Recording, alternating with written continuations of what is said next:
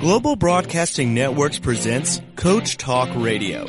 Create the time, money, and lifestyle you want with tips, tricks, and techniques that get you started today from some of the best internet minds in the business. Now here are your hosts, internet brand strategist Sandra Beck. Hey guys and dolls, this is Sandra Beck and this is Coach Talk Radio, and we are in our second episode with Randy Pazen. If you guys love what you hear today, check him out on Coach Talk Radio. We have 3 episodes with him. We're really lucky to have him. He's a leadership executive, trainer, coach, you name it. Randy, you're better at giving us the bio. For people who haven't heard the first episode, please introduce yourself to our audience. Well, thank you, and hopefully people are back for a second episode, which means you did a good job in the first one. So if you weren't able to join us in the first one, so my name is Randy, and I have a great career. I've been doing it for a long time, and as Sandra said, I do a lot of leadership training and professional development training. I currently work for one of the top defense companies in the world, although we're not representing them at all. And one of the things that I started doing is doing these classes outside through the city of Ventura, and then we've got a website and a company that we built because the city of Ventura has asked us to do these things, and we're really excited to be able to bring some of these things to everyone. So my background, besides working for the last 11 years for a top-tier defense company, I've worked in other industries as well. The healthcare industry for one of the largest healthcare providers, in a reprographics company for the world's largest reprographic company, and then of course, for a media company as well. And we're not going to name all the names because it's not important, but and all doing leadership development type roles, leadership, professional development, organizational development type roles. I also have a military background. I was able to spend about 14 years in the reserves. First part of that, I was basically a door gunner in a helicopter unit that flew SEAL teams, which was a lot of fun. And then after 9/11, when my first enlistment was out, they asked me to stay, and I became the enlisted training program coordinator for a very large overseas command. So I had an opportunity to do leadership development and team building type development for a number of different organizations, military, civilian. And the number one request that I get from leaders is, "Hey, Randy, I need you to come and do a team builder." And we're going to talk about, well, what does that mean when we get a little bit deeper into the program? Well, I think that's really important because everybody says, oh, yeah, you got to work together. You got to be a team. And that's like great lip service. But I think it's really hard today, Randy, because you telecommute. You work a lot out of your home and then go to different locations. I clearly work in my home studio, and I own a technology company where the people who work for me, there's people who have worked for me for 15 years, Randy, and I have never met them. 15 years, They could be in India, they could be in Afghanistan, they could be in Korea, they're in Japan, or they could be like in Louisiana, Montana, areas that I don't travel to. And so when you tell me we need some team building, which I agree we do, right? I got nothing. Well, I mean, you know, if you work with virtual teams, and I've been on a virtual team in my my regular job for the last 3 years, and you can do team building virtually. It is a little bit more challenging, and you need to think a little bit harder at how you're going to do those things. And just like any team, what you look to do is understand the individuals and what the problems, if there are any problems, with the team. And sometimes you do team building when there are no problems, to kind of just keep the team together. In fact, after, work today, that's exactly what I'm going to be doing. Is I'm going to be working with a team that has absolutely no problems. It's a new team, and they just want to start off on the right foot. And I'll tell you a little bit about some of those things that we do with those types of team builders. So, I mean, how do you want to start? You want to talk about, there's always these analogies between sports teams and work teams, corporate teams or business teams, and they're always so fun. I mean, we can talk about that, and then we can kind of go into characteristics of a high-performing team, and how do you get there, some tips and some tricks and all that. So do you want to go and start with sports teams? I mean, that's kind of fun. Yeah, right, I think that's good. So, I am not a sports guy. I will tell you that every 2 years, I watch the Olympics, and I get 2 years worth of sports in like 2 weeks. I just immerse myself. So if you ask me who's going to win, for example, the Super Bowl, I might tell you the Lakers. That's who I'm voting for, the Lakers. I don't know that much about sports, but I do know this, that in work and sports, there's a lot of similarities. So, for example, baseball. Now, in baseball, you have teams of people that play in sequence, right? There's a play, and one play follows the other play, and there's some common skills that all baseball players have to have, right, Sandra? Right. I mean, what do you think some common skills are for baseball players? Throw, catch, run, spit, scratch. Right, exactly. So you got it, right? So that's exactly what baseball is. But there are some specialized skills, right? If you're a first baseman or a catcher or a pitcher, some people have specialized skills, but you all have a common set. Now, you can see that same type of organization in what? Hospital units, trauma units, where everybody has no certain things, right? Manufacturing, where one thing has to follow the next. So you find that in some organizations. Other things are more like football, where they play in parallel. All the players are on the field. Again, people have specializations, but they're all playing in the same kind of way. And then you've got offense and defense, but for the most part, people and things are happening in parallel. Again, in manufacturing, you might see this, especially if you're a fan of the Toyota process of manufacturing. You're going to find that people work in parallel. Then you've got other teams like and jazz bands or basketball where everyone is playing, but one person might be an impromptu leader of the team because they have the ball at that moment. Or in tennis, right? Same thing. And it's okay if you're not the designated leader of a team, and if you are a leader of a team, to allow others to be that kind of impromptu leader based on their skill sets. Well, that's like with my virtual tech teams. You know, when we do a job, Randy, we might have somebody who's a sound engineer. We might have a video producer. We might have a copywriter. And, you know, when you have those teams like that, yeah, there's like, I'm the leader. I'm the team leader, I guess, if you think about it. But I throw the ball over to the experts in their field because I don't know what they know, and they need to be the leader on that portion of the project. And that's the sign of a really good leader, that they don't need to have their hand on the throttle the whole time. They can allow other people on the team to be that expert and to take the ball and run with it and not feel that they have to be always the person who's making the decisions or the final decisions. They trust their team, and we'll talk about. Well, and I think I'm just going to jump in here because one of the things that I always thought about, you know, and I haven't had your team leadership, you know, training program or anything like that. I need to talk to you about that. Yeah, okay. But when I do lead my teams, one of the things that I do is I choose people on my teams that they do what I can't do. They do what I'm not good at, or they do what I hate doing. You know, some of this programming I can do, but I hate it. I would rather stick needles in my eyes than sit there for 16 hours and program lines of code. I can do it. Right. And it's not a good use of my time. So I think in team building, there's also team selecting, if you can do that. Some organizations don't let you select your team. You're just stuck with them. Right, but you can certainly leverage your team, and you can find out through, and we'll get to this in a minute, but you can find out from people what are the things that turn you off at work? What are some things that turn you on about work? So I'll give you a quick example, then we'll get back to how some of these best practices work. But so knowing your team is absolutely important, and the best way to do that, of course, is to meet with your team one-on-one, and we fail to do that. One of the best leaders that I ever met was a man who worked for a very, very, very large, you would all know the name if I said it, Reaper Graphics company. And this man managed teams on 3 floors of a very large building. And in the morning, what he would do is, and we're not at the very beginning of the morning, but at some point, he would get up and walk around to every single person. Now, he wouldn't break his stride. He would just keep walking, but he would look at you in the eyes and say, "Good morning, Sandra." And if you didn't say anything, or you just said, "Good morning," and he would just keep walking. He wouldn't break his stride. He did that every morning. And again at about 2:45 in the afternoon. He would get up and walk around. "Hey, how's it going?" Now, if you had a problem, there's your time to stop him and say, "Hey, let's just pretend that his name is Charlie," because that's really what his name was. And we'll say, "Hey, Charlie, you know, I got a problem with my computer. My system went down. I got a problem with a customer, blah, blah, blah, blah, blah." Whatever it was. But if you didn't, you still knew that even though you had a one-on-one for 5-10 minutes with him that week, that was your time that day that you connect with him. Now, a story about Charlie. Wait, so you could do that, like I do that on IM. You absolutely. My teams are on IMs. Oh, sorry. No, it's fine. She gives it away. No, it's okay. I don't give it away, but I'm here trying to learn. I'm actually taking notes because no matter how good you are at what you do, you can always learn something from somebody else. I mean, and if you're paying attention in the audience, Sandra has said several things that demonstrate really amazing leadership. And if you were to ask me what are the qualities of a highly effective leader. She's already demonstrated some of those. One, knowing your team. Two, being able to communicate with your team even if they're virtual. And three, not always having to be the expert.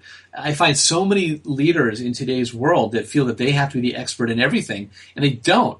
So back to this whole thing with, how do you connect? Well, I work on a virtual team. So what I do, and it might drive some people crazy, is every morning I am every member of my team. Good morning. How's it going? No need to respond. Just good morning. I'm thinking about you. Hope things are great. And I usually get a response back, and sometimes I'll even say no need to respond. So communicate. Now, the story about this guy, Charlie, is in the 5 years that I was in that organization and watching, the top tier leaders, in that 5 years, not one person left his team except for a military wife whose husband got transferred from California to Florida. That was the only person who ever left his team. And when he had openings, there were lines of people applying. So I know that we're going to be going to a commercial pretty soon. When we come back, I'm going to tell you how to get started with really effective teams and team building. Well, we do have a minute or so before break, so I wanted to share with the audience one of the things that was a real eye-opener for me. And, when I worked in the entertainment industry, I really got this solid. And then when I formed my own technology company, I learned this, lickety-split. When you are in charge of certain things, there is no way you can know everybody's job inside and out, that you can have that expertise. When you look at a sound studio, you've got cameramen, lightmen, gaffers, you've got people who run the commissary and the food, and there's so much to know about all these moving parts. Well, when you work in technology like I do, there's people who speak different coding languages. There's different expertises everywhere, and that really is a parallel to most jobs anywhere. And I encourage you to know what you don't know, but let go of what you don't know, because those things are really what trip you up in running a company and running a program and running a team. Because knowing what you know and knowing what you can let go of, I'm a big NTK girl. I'm a need to know basis. Don't copy me on 50,000 emails. Send me an email that says, please read this, or this is the update, this is the report. There's so much over communication that isn't necessary, and the communication that we do needs to put on a need to know basis. This is Sandra Beck of Coach Talk Radio. If you liked what you heard today, you can check us out on iTunes. You can check us out on TogiNet. When we come back from the break, we'll be visiting with Randy Pazen for more team building tips.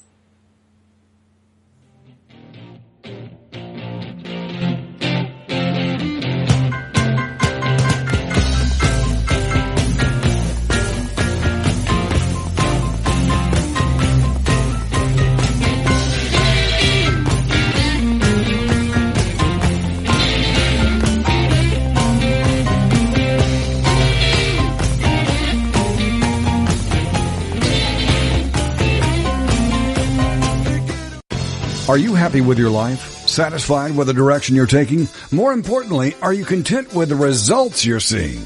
Then Success Profiles Radio is the program for you. Join host Brian K. Wright as he talks to experts in many areas relating to life success, including expertise in leadership, business, relationships, careers, networking, health, overcoming adversity, and much more.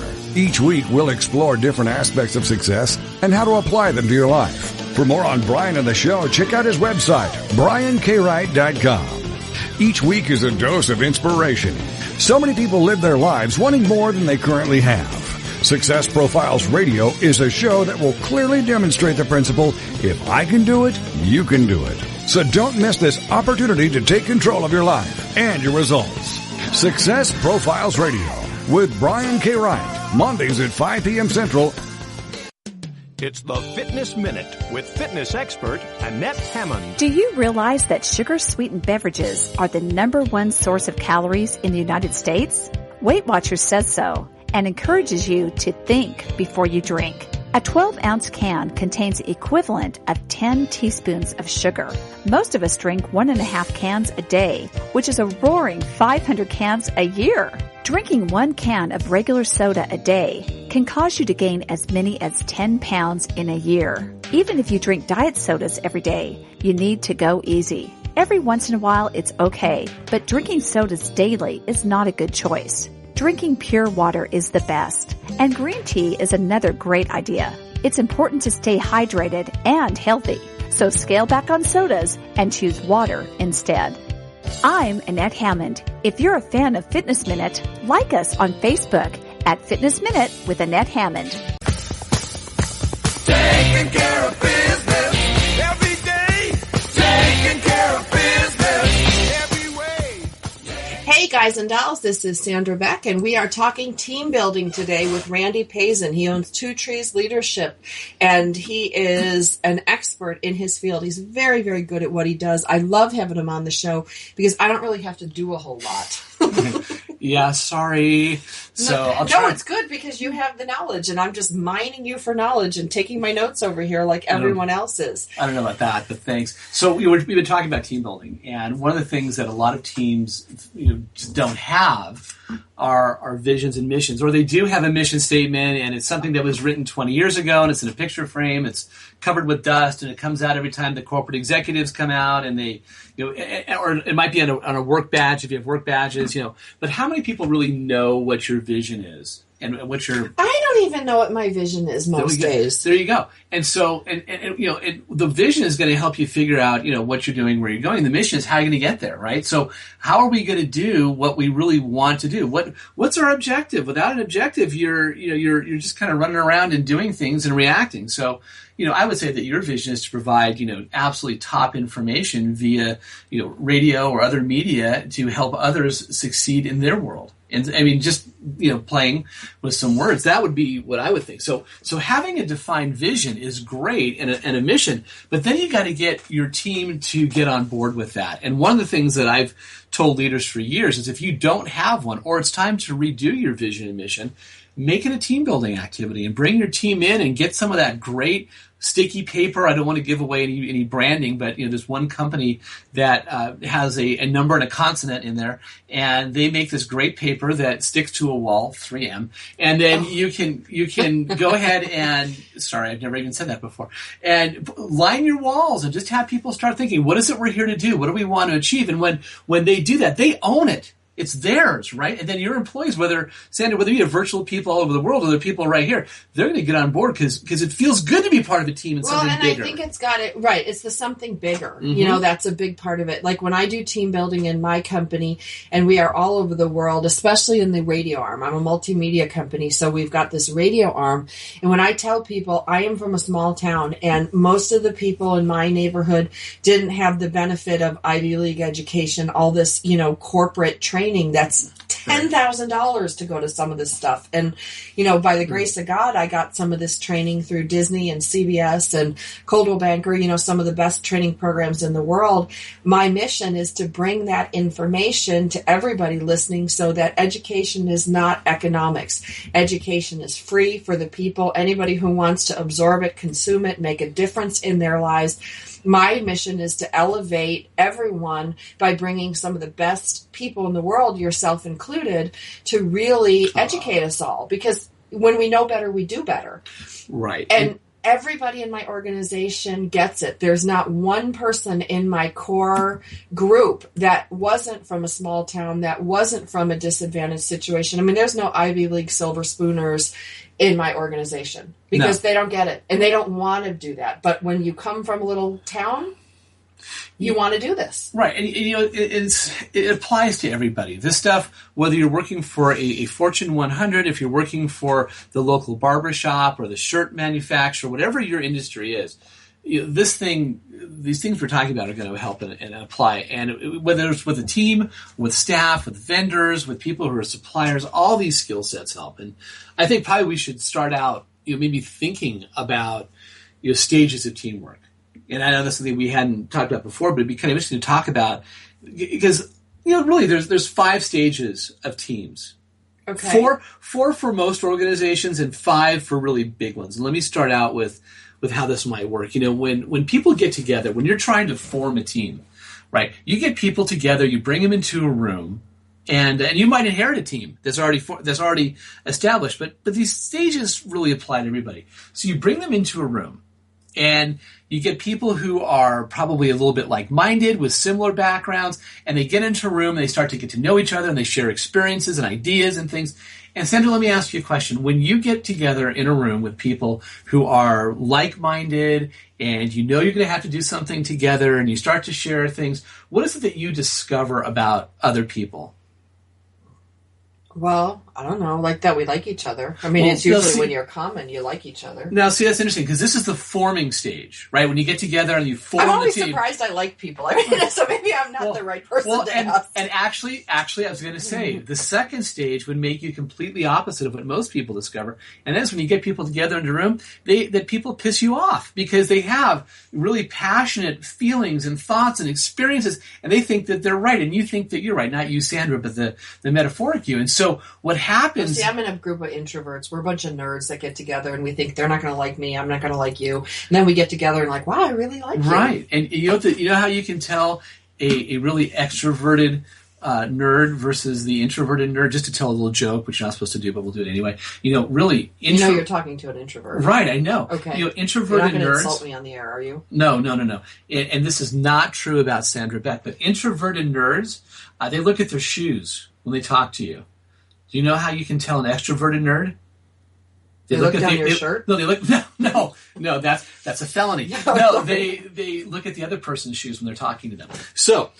we get to the story. Okay. So after this, you realize that people are passionate and they might have opposing opinions. Then you get to the storming stage. And the problem with the storming stage is that the leader... Like brainstorming? No, storming like we're going against each other. And there's conflicts and cliques and people run to the boss all the time. And the manager, the boss, the leader is in the middle of all this crazy vortex. Or the introverts just start to cry and go to the bathroom. That does happen sometimes.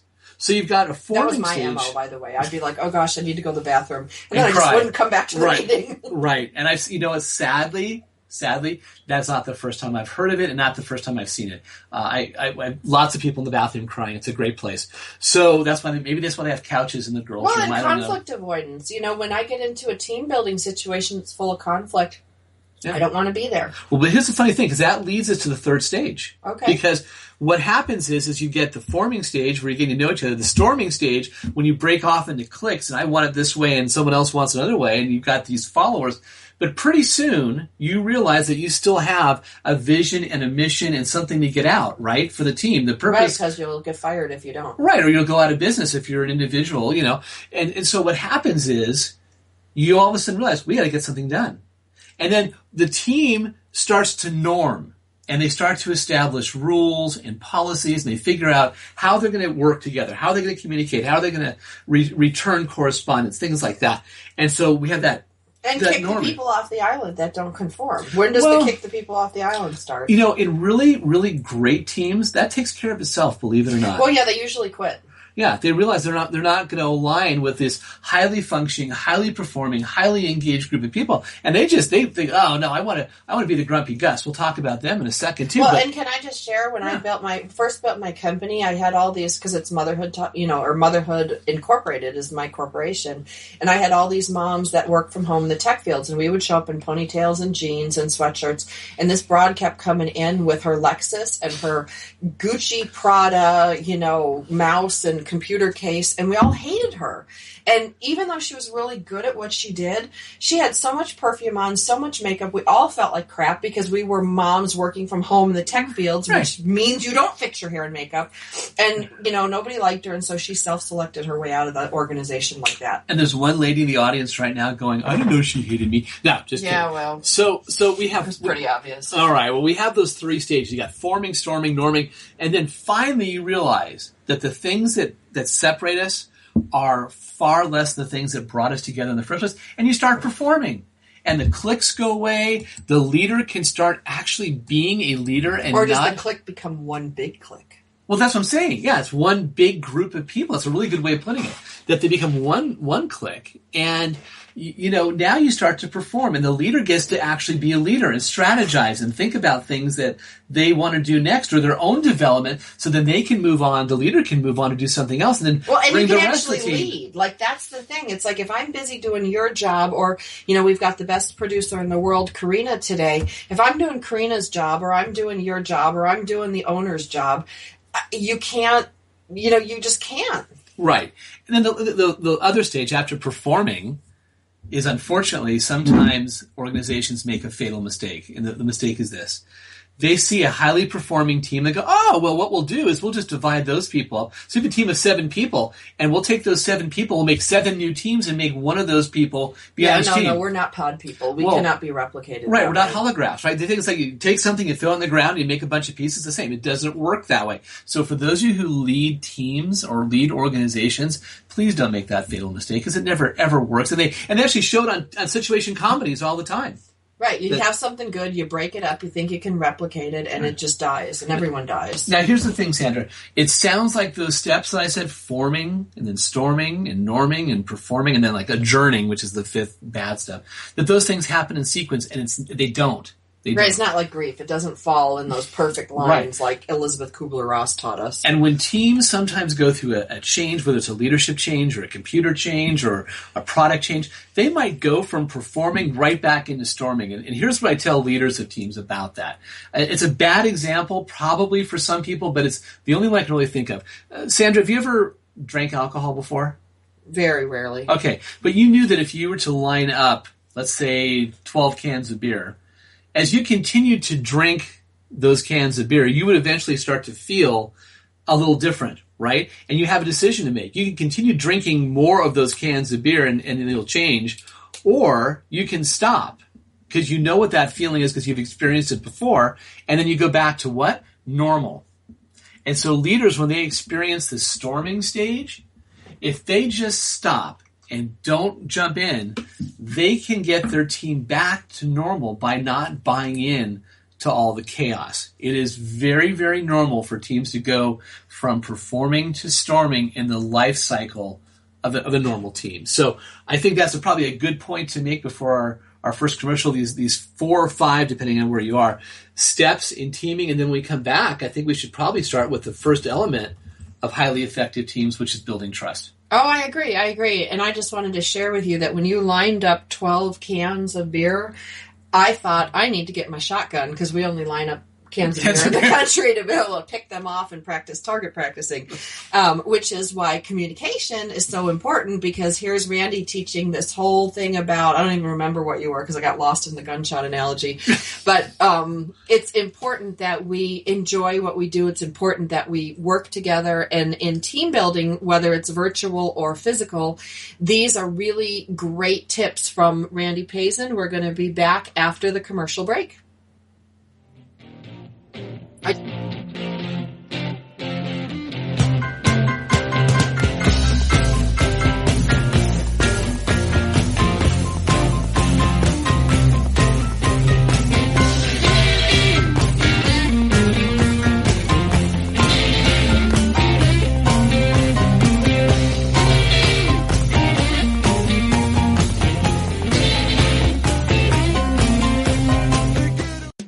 It's the Fitness Minute with fitness expert Annette Hammond. To lose weight, we know that each day we need to burn more calories than we take in through eating, and exercise burns more calories. According to Discovery Health, a 150-pound person will burn about 60 calories while taking a 1-hour nap. 1 hour of sitting and watching television burns about the same. But if that 150-pound person takes a 1-hour brisk walk, then say goodbye to more than 250 calories. Cardio exercise like running, biking, swimming, and brisk walking are the best modes of exercise to burn the highest amount of calories and will get the endorphins flowing in your body. Those feel-good neurotransmitters boost your mood naturally. So use exercise to burn calories, lose weight, and to feel good. I'm Annette Hammond. To hear other fitness and weight loss tips, visit our website at AnnetteHammond.com.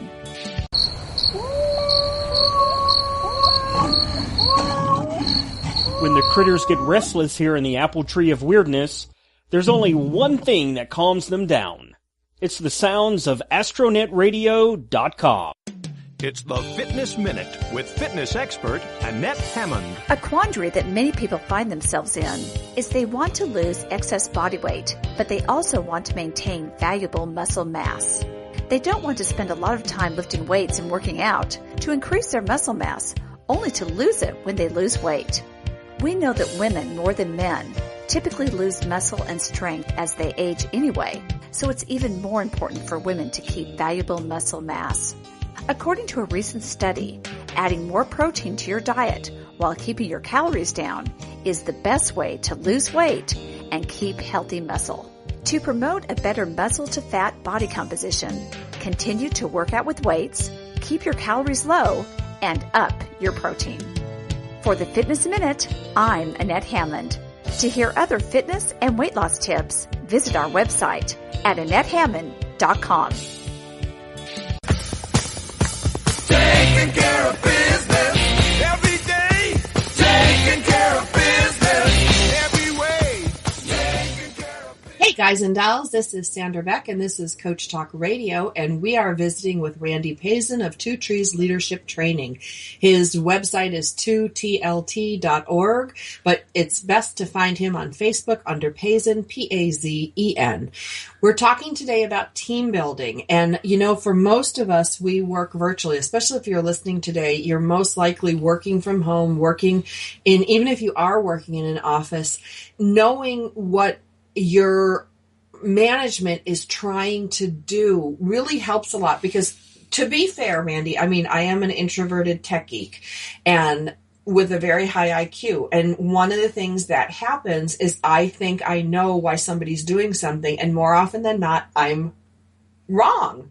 You know, I'm right a lot of the times, but I'm wrong a lot of the times. And when you understand what management is doing and why, even though it might not be how you would do it or what you would agree to, knowing why somebody's trying to do something from your, you know, like the superior hierarchy chain makes all the difference. Like I can sit in your meeting and going, okay, Randy, you're going to do trust building exercises. I'm not going to fall into your arms. I'm not going to fall into a group of people. I get why you're doing it, you know, so I'm less apt to shut off. I would hope that you would fall into my arms just by the way I'm speaking today, but okay, fine. So here's you just spun a web of like 45 different things that we could go through. That's why I'm good at what I do. I know, but then I've got to respond to them. So here's the thing. You know, when you talk about things like the why factor, and this is what when I do team building for you know organizations, I always talk about the why factor. Most people in today's world don't have to have things their way. Most adults don't have to have things their way. But what they do need to do is be heard. And I saw this personified in a large organization, and it was a large manufacturing organization, and they were making suggestions to leadership on how to improve productivity and how to improve safety and morale and all those things that employees normally make suggestions on. And the morale was going down and down, and they were becoming more and more disengaged, and worse, they were becoming actively disengaged, which means that instead of just not caring, they were going around and saying to people, you know, God, doesn't this place suck? Because there's one thing to be disengaged and just not be a cheerleader. There's another to be actively disengaged, where you start convincing other people that, you know. Or I call it anti-engaged. Well, right, yeah. I mean, a different way of putting it, but yeah, where people just not only just don't like it, but then they recruit others to not like it. Well, so what we found out in this one manufacturing organization was that while these suggestions were being listened to by management, I went to some of the senior staff meetings in this particular organization and listened, and darn it, they were talking about those suggestions, and some of those suggestions were being adopted or adapted and implemented in the organization, and then others were not. The problem, the disconnect was that the leadership never explained why those things that were not being, you know, accepted were not. You know, it's out of budget, it's out of scope, it's not aligning with other things that we're doing, maybe next year. And so when you don't hear the why, that's when you start to get that disconnect. Again, people don't need to have things their way, they just need to be heard. That's all it is. And one of the things that being heard is one of the first elements we're going to talk about is trust. And everything in teams, and all teams are really relationships. The first thing with any kind of relationship is it starts with trust. And if you don't have trust within an organization, let me tell you something, things fall apart fast. It takes longer to get stuff done because people, one, are constantly looking over their shoulder to make sure that no one's trying to get them. We find that when there's an absence of trust, people are pitted against each other. People don't volunteer information. They're in it for themselves. They're not there to help their team members out. They protect themselves. Sure, well, that's it. Yeah, things. If I was saying this to a live audience, I would say, well, what's the evidence? Well, there is a live audience. They're just not like right here. That's what I meant. So what's the evidence of having a lack of trust? What would that look like? So if you were in an organization, Sandra, where there was an absence of trust, what would that look like to an observer? Well, I wouldn't participate. I wouldn't speak up. Right. I'd make copies of all my emails. I would keep a separate set of files on a zip drive so that if there's a lawsuit, and I certainly wouldn't stick my neck out on anything. Right. And that's exactly what I was going to say. Meetings are really, really quiet. How is everybody doing? And you just hear crickets. People are not doing things for the organization. They're doing them for themselves. They're protecting themselves. They're looking for other jobs during meetings. You've got this complete absence of trust. Now, as a leader of a team, I can't walk into a group and say, here's a brand new team. You walk in and say, hey, I am Randy, and I'm your new leader, and you got to trust me. Why do you think that doesn't work? Telling me to trust you? Yeah, I need you to trust. Hey, I'm the new leader. You got to trust me. What? Yeah, why not? Because, I don't know you, or I might have, met somebody like you in the past, so I'm predisposed to not liking you. Right. And talk is cheap. We can see that with the political elections going on anywhere in the world at any time. People make promises they never keep. Right, and that's, you hit it on the head. Yeah, because I'm an expert in trust issues. There you go. There you bucket of them. There you go. Sandra Beck. So here's trust issue expert. Here's the thing. There are really two schools of thought when it comes to trust. And you can all relate to this because you probably had teachers that were like this. So think about this. When you go all the way back to like early years of education, you probably had teachers that said to you, hey, Sandra, welcome to my class. You are starting out with an A, and all you can do is work your way down. So you're starting at 100, and you can work your way down. Then you have those other teachers that say, hey, you guys are all starting at 0, and all you can do is work your way up. Unfortunately, I think in our society, we have more of the latter, where people say, I'm not going to trust you because I've run into people like you before. I think the presumption immediately is, it used to be like, oh, he's educated, he's successful, he's my boss, I trust you. Right. Now it's like, you know what? You're my boss, you're educated, I don't trust you. Right. And you know why that is? Because so many generations have watched. Right now, we have 5 generations in the workplace. If you include like the younger part-timers coming in, we have 5 generations. First time in the history of man that we have 5 generations. And you look at some of the generations, I'll just say I think trust goes down for each generation. Because that generation has watched the generation before work for companies, drop dead of heart attacks at their desk, work on weekends, work at night. Watch our government hierarchy and politicians not be truthful. I mean, exactly. All these things I think contribute. And when I work with the older population versus the younger population, I can feel that. Mm-hmm. I can see somebody who might be in their 50s or 60s accept me as a leader almost immediately. Versus the 20-somethings and 30-somethings are like, all right, let's see if you can kick it old school, new school. What can you do? Right. And there's a much longer trust timeline. And when dealing with generations, some people have trouble with, the millennials, the younger generation. We actually have workshops on dealing with generations. And what's so funny is when you map out generations, and while I don't like to make stereotypes or generalizations, you almost have to. But there's trends. Let's just talk about trends. Right. When you map those out, what you find is that the youngest, larger population, the millennials that are in the workplace right now, really have the same values and things that and how they approach work as some veterans, with one exception. They've watched so many people that have been betrayed by organizations and churches and government. And so trust is like, no, you got to show me.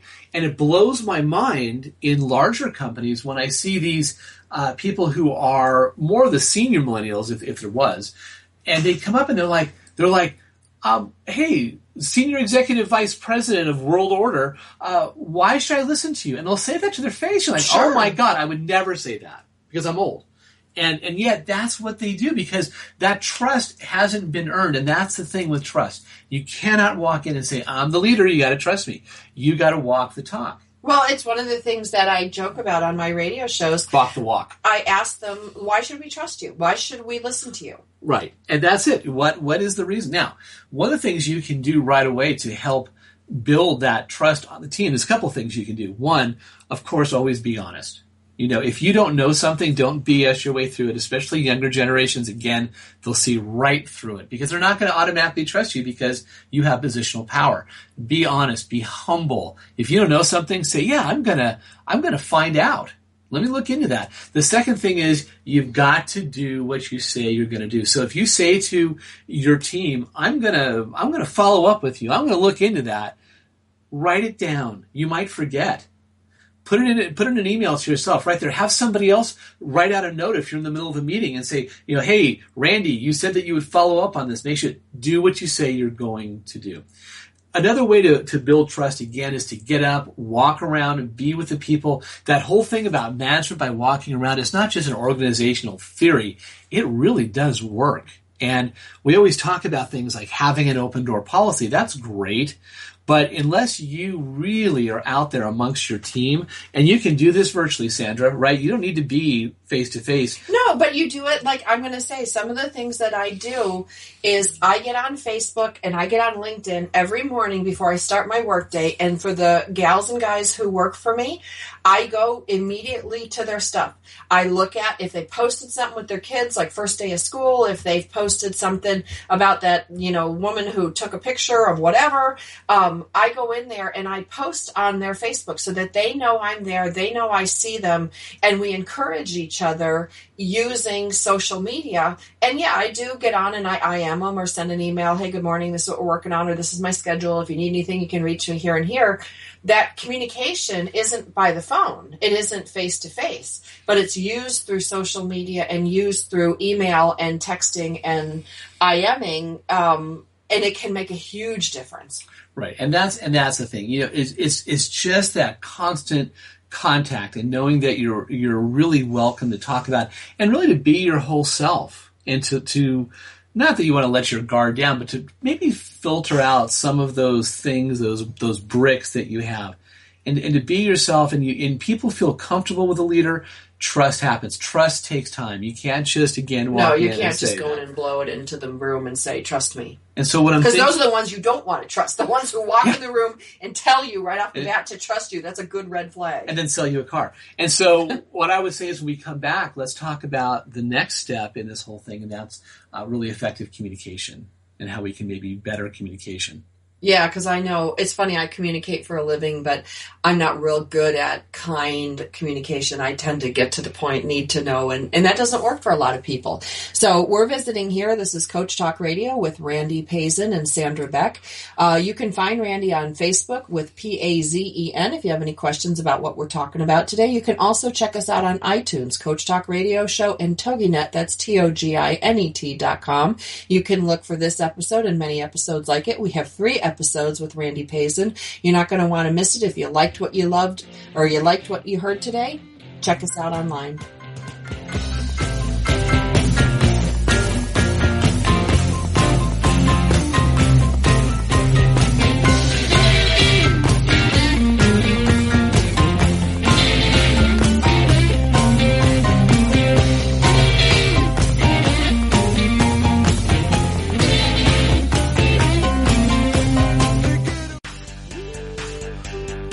Are you ready to start rocking that woo-hoo that only you do? Because Lisa Stedman is on a mission. She will dare you, challenge you, enlighten you, provoke, and empower you to bring out that inner woo-hoo. Lisa is an internationally acclaimed best-selling author. She is a breakup expert, a brand consultant, CEO of Woohoo Inc. and the Woohoo Radio Network. She will show you how to take your boo-hoo and turn it into woo-hoo.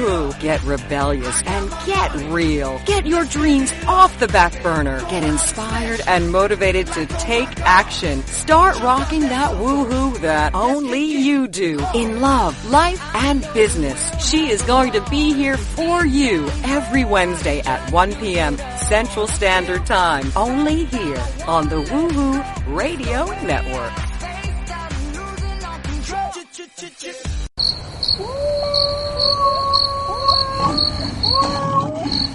When the critters get restless here in the apple tree of weirdness, there's only one thing that calms them down. It's the sounds of astronetradio.com. It's the Fitness Minute with fitness expert Annette Hammond. 'Tis the season to be thankful and to reflect on all of God's goodness. I am especially grateful for you, my listeners.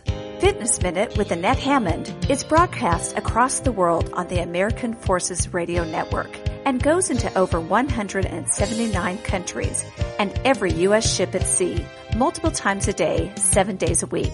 It is also broadcast across the United States on numerous radio stations several times each day. Thank you for your emails and encouraging words. I am passionate about healthy living, and I'm thrilled that this radio feature is making such a difference in the lives of so many millions of people. I am grateful for you and declare that 2016 will be your healthiest and fittest year yet. I will be with you all the way, cheering you on the radio. Merry Christmas from Fitness Minute with Annette Hammond. Taking care of business every day. Taking care of business every way.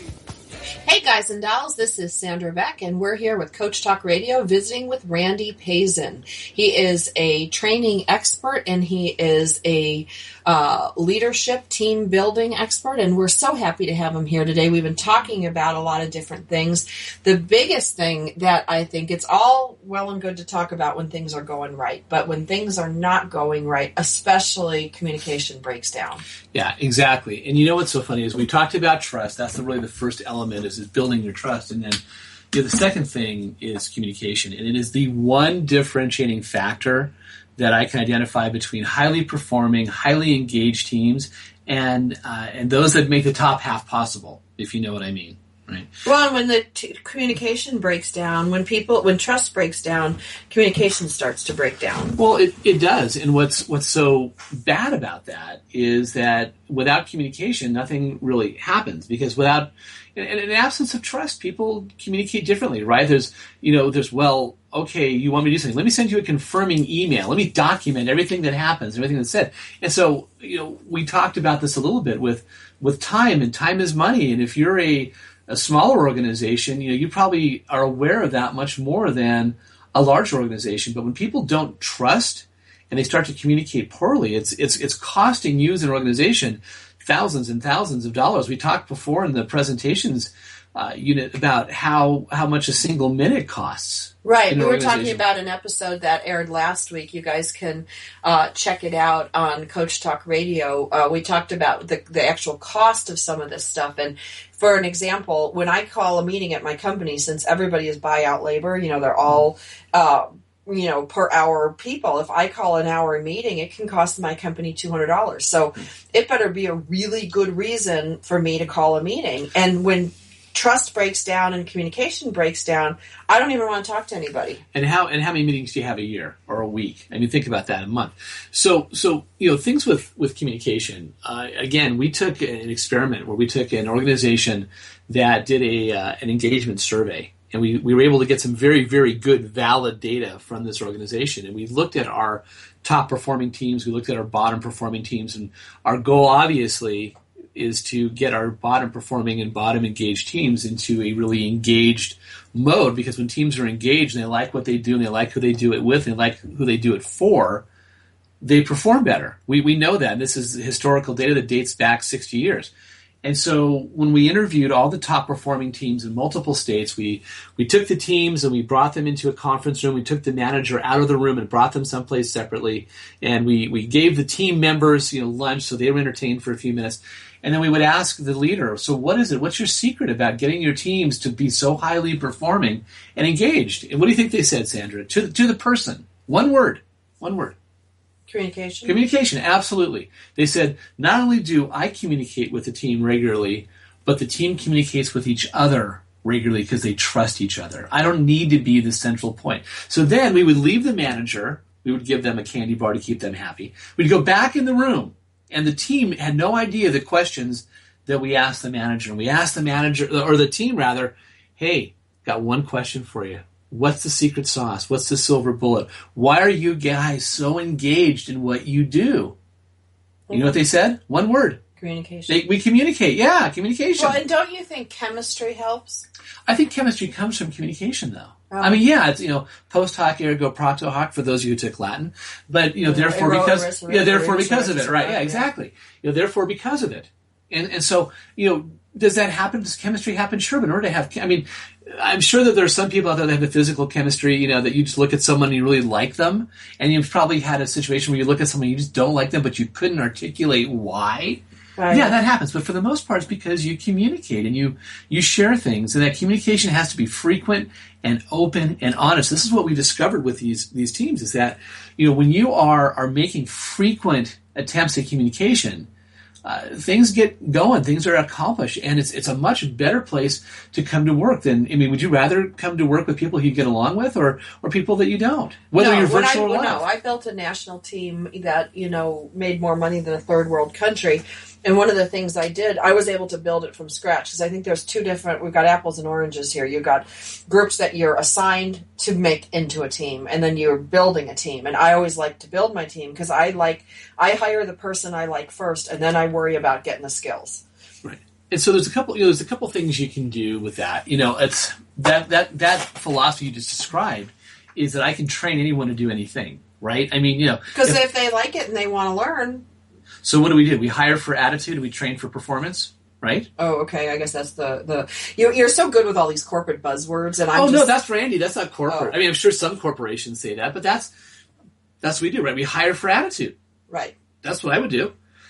Or I hire because I like you. If I don't like you, I won't work with you. Right. And if you hire someone that is disengaged or actively disengaged or who's a bummer, so I'll give you, they drag the whole organization down. It's called mirror neurons. You can't affect this, how humans are hardwired. Let me give you an example. So Sandra and I are walking in opposite directions. We're facing each other and walking towards each other, I should say, in a hallway. I have had the best morning. I found $100 in the parking lot. I got a great end space. Everybody is just smiling. And here comes Sandra. And I look at Sandra and I say, Sandra, how you doing? And Sandra looks at me in the hallway and she goes, I'm tired. I'm like, wow, I didn't think about it, but now all of a sudden I'm tired too. And I look at Sandra, hey, I'm tired. Let's go be tired together. And then we find 5 other people, and now they're tired. Right? This is way beyond. Sorry, tired. Sorry, and that's what happens. And so, yeah, I always say, listen, hire for attitude and get those people who you want to be around, and they're going to fit with the team and the team dynamic. Because I don't care how good you are, I don't care if you're going to bring the rest of the people down. You're not worth having on the team. Or poison or infect the team like a virus with your bad attitude. And there are people who are like that, and it's sad. So when we think about communication, it's great to talk about. Let me give you a couple things that will help. One is a thing we call cascading communication. And this is something that if you are on a team or a leader of a team and some decision is made that's going to affect any other person on the team, what you have to do is communicate that to the affected person. So in other words, if I'm running a project or a program and there's a meeting that happens and I'm not in that meeting, but it affects my project, then as a good, effective, and loyal team member, you have a duty to come to me and say, Randy, we talked about your project and you better gear up because something's going to happen. So if I was in manufacturing, let's say, in a manufacturing organization, and let's say I'm the shipping manager and somebody was talking about, hey, we have an urgent need to ship 500 units, I would go to the shipping manager, me, and say, or I'd have someone come in and say, hey, Randy, you better make sure you got 500 boxes because we're going to ship them. Right, you give them a heads up. Right, exactly. Them under the bus. Right, exactly. And don't let that person get caught with their pants down. So cascading communication 24 hours, in person if possible, if not on the phone. Don't rely on email. I'm telling you, I work in a virtual world. Email is it's so confusing as a way of communication if that's your mainstay. And we know if you're... and stuff doesn't come through, stuff is misinterpreted, you don't have facial cues, you don't have voice inflection, and you might write something that's really funny, and I think you're an ass. Right, exactly. If you're a big fan of research, there was a study by a guy named, I think it's Albert Meridian at UCLA as a professor. He talks about communication and how certain elements of communication affect communication. And what we find, I'll just give you the bottom line, is that 93% of communication has nothing to do with the words. It has to do with your body language and your tone. Only 7% of your words really affect communication. So, wow, if you're doing things through email where we lose tone and body language, wow, you're only going to be 7% effective if you buy into his research. So, regardless, if you have good communication, you're going to rock. If you don't, you're probably going to be faced with some conflict. And I'm just going to jump in here because I think it also it's what you're communicating.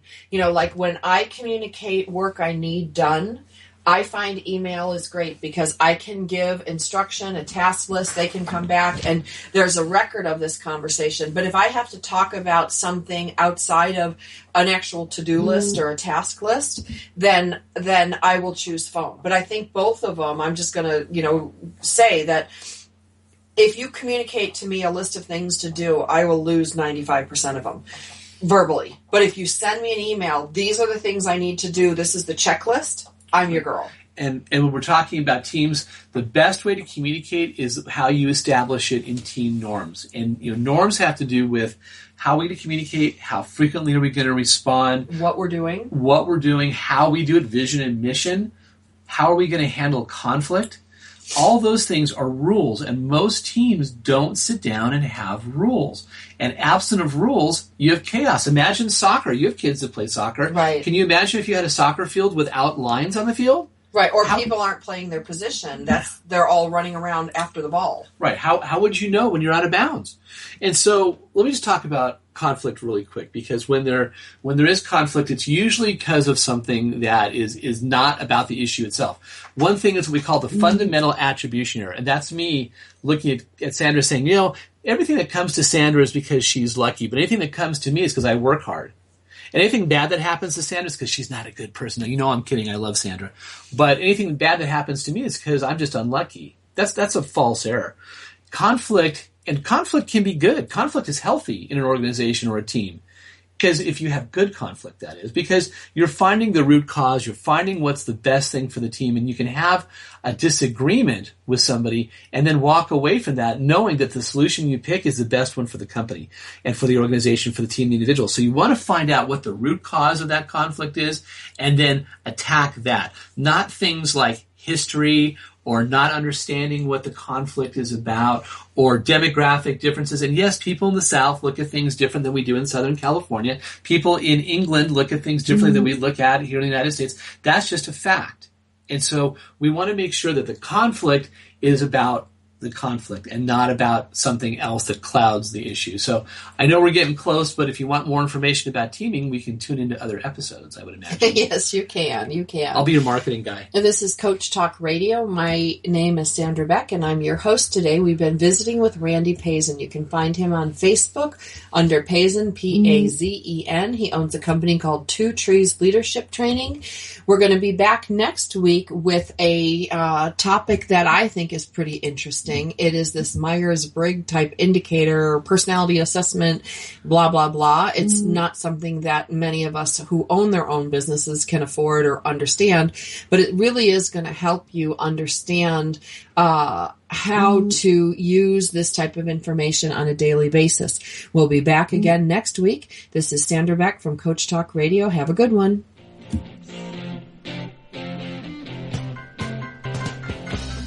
Thank you for listening.